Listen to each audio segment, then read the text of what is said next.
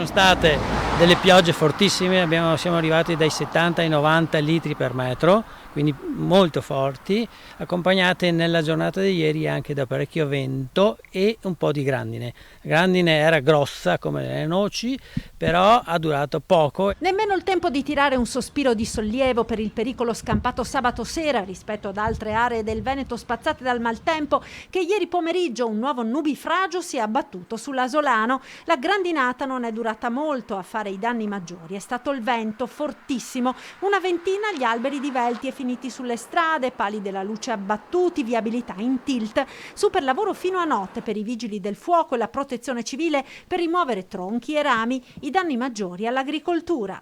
I danni riguardano l'olivo e la vite, che sono le aree di OCG, il cuore della nostra agricoltura. Per quanto riguarda l'olivo abbiamo avuto una perdita immediata perché il chicco della grande spacca l'oliva e la fa cadere. Per quanto riguarda l'uva i danni sono stimabili dal 10 al 20% come massimo, poi i danni potrebbero essere indiretti a livello della qualità, perché lacerando i tessuti dell'uva potrebbero inserirsi delle muffe che pregiudicano un po' la maturazione.